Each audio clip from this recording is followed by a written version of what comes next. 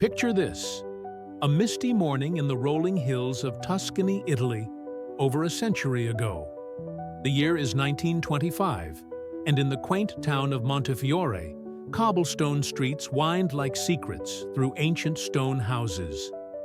Olive groves whisper in the breeze, and the air carries the scent of fresh bread and ripening grapes. But beneath this idyllic facade lurks a tale of cunning, desperation, and a young woman's razor-sharp wit that turned the tables on fate itself. This is the story of Isabella Rossi, the daughter of a once prosperous merchant whose clever mind saved not just her family, but taught us all a lesson in thinking beyond the obvious. Settle in, dear listener, as I weave this yarn like a master storyteller, full of suspense, heart, and that delicious twist that leaves you breathless. Our story begins with Giovanni Rossi, a kind-hearted merchant whose ships once sailed the Mediterranean laden with silks, spices, and dreams. Giovanni had built his fortune through honest trade, but fate is a fickle mistress. A string of misfortunes, storms at sea that swallowed his vessels, pirates who plundered his cargoes, and a market crash that turned gold to dust left him drowning in debt. To keep his business afloat, he had borrowed a hefty sum from the town's most notorious moneylender, Lorenzo the Cruel. Lorenzo was a man with eyes like polished obsidian, cold and unyielding, his smile a predator's grin. He lent money at rates that grew like weeds, compound interest, compounding misery. Whispers in Montefiore called him a bloodsucker, for he drained families dry without a drop of mercy. Months turned to years, and Giovanni's losses mounted. The debt ballooned, interest piling upon interest, until it towered like the Leaning Tower of Pisa itself. Payment deadlines came and went, each one a noose tightening around Giovanni's neck. One fateful evening, as the sun dipped behind the hills painting the sky in hues of crimson and gold, Lorenzo arrived at the Rossi villa. His knock echoed like a judge's gavel. Giovanni, his face etched with worry, lines deeper than the Arno River, opened the door. "Signor Rossi," Lorenzo purred, his voice smooth as venom. "The time has come. Your debt stands at 10,000 lire, plus interest, of course. Pay now, or face ruin." Giovanni's hands trembled as he confessed his plight. "I have nothing left, Lorenzo. The ships are gone, the warehouse empty. Give me more time, I beg you." Lorenzo's eyes gleamed with opportunity. He paced the room, his gaze lingering on a portrait of Isabella, Giovanni's only daughter.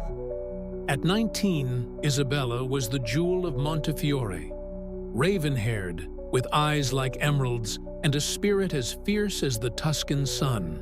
She was known for her quick wit, her love of books, and her unwavering loyalty to her father. Lorenzo stopped, a sly smile creeping across his face. "Very well," he said. "I will forgive the entire debt, principal, and interest on one condition. You give me your daughter's hand in marriage." The words hung in the air like smoke from a dying fire. Giovanni recoiled as if struck. Lorenzo was twice Isabella's age, a man rumored to have buried 2 wives under suspicious circumstances, his heart as barren as a winter field. "Never," Giovanni spat. "She deserves better than a vulture like you." Isabella, who had been listening from the shadows of the hallway, felt her stomach twist. She knew her father's pride, but she also knew the debtor's prison that awaited him if the debt went unpaid. Families had been torn apart for less. Lorenzo chuckled, a low, rumbling sound that chilled the room. "Pride is a luxury you can't afford, old friend. But let's make it fair. Let fate decide." He gestured toward the villa's lush garden, where a pebbled path wound through rose bushes and ancient olive trees. The path was strewn with smooth stones, half white as fresh milk, half black as midnight coal. We'll play a game of chance. I'll place one white pebble and one black pebble into a leather bag. Your daughter will draw one at random. If she pulls the black, she marries me, and your debt vanishes. If she pulls the white, the debt is forgiven, and she remains free. Either way, you win, unless luck turns against you. Giovanni hesitated, his mind racing. It seemed a glimmer of hope in the darkness. Isabella, stepping forward with grace, nodded solemnly. "Father, if it means your freedom, I'll do it." The trio moved to the garden as twilight deepened, lanterns flickering like wary eyes. Lorenzo bent down to the path, his back to them, selecting 2 pebbles. But Isabella, sharp-eyed and positioned just right, caught a glimpse over his shoulder. Her heart skipped a beat.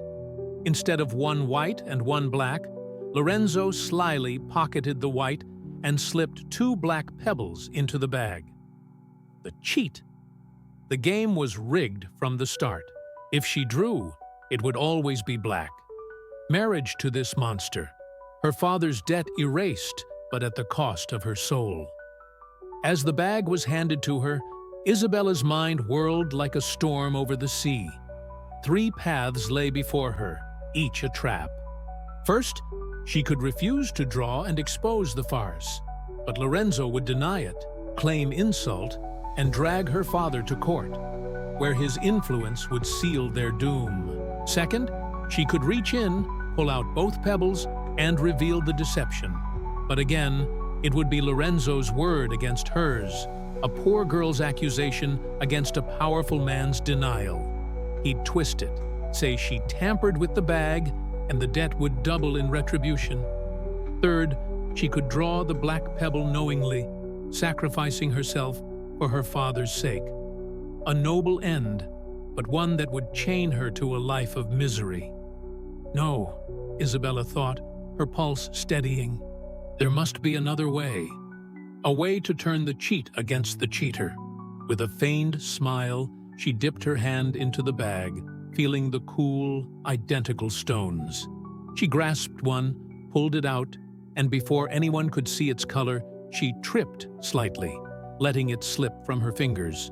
It tumbled onto the pebbled path below, vanishing instantly among the sea of similar stones. "Oh no," she exclaimed, her voice laced with mock horror, hand flying to her mouth. "How clumsy of me. It fell before I could even glimpse the color. It's lost among the others now, swallowed by the path." Giovanni gasped, fear flashing in his eyes. Lorenzo's face darkened, suspicion creeping in. But Isabella, quick as a fox, turned to him with wide, innocent eyes. "Wait, it's not lost entirely. We can still determine what I drew. Simply look inside the bag at the remaining pebble. Whatever color it is, the one I dropped must be the opposite. After all, you placed one white and one black, didn't you?" Lorenzo froze, his trap snapping shut on his own foot. He couldn't refuse without admitting the deceit. With a forced nod, he opened the bag under the lantern's glow. Inside gleamed a single black pebble, dark as his intentions. "See," Isabella said brightly, her voice steady despite the triumph surging within. "The remaining one is black, so the one I drew and lost must have been white.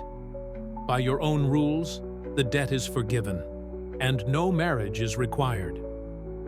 The moneylender's face twisted in fury, but he was cornered. To argue would expose his fraud before witnesses. The gardener peering from the shadows, neighbors drawn by the lanterns. He stammered excuses, but the game was over. "Fine," he growled, crumpling the debt note and tossing it to the ground. "The debt is cleared, but remember this, girl. Wit like yours makes enemies." He stormed off into the night, his shadow long and defeated. Giovanni embraced his daughter, tears streaming down his weathered cheeks. "My clever Isabella, You saved us both."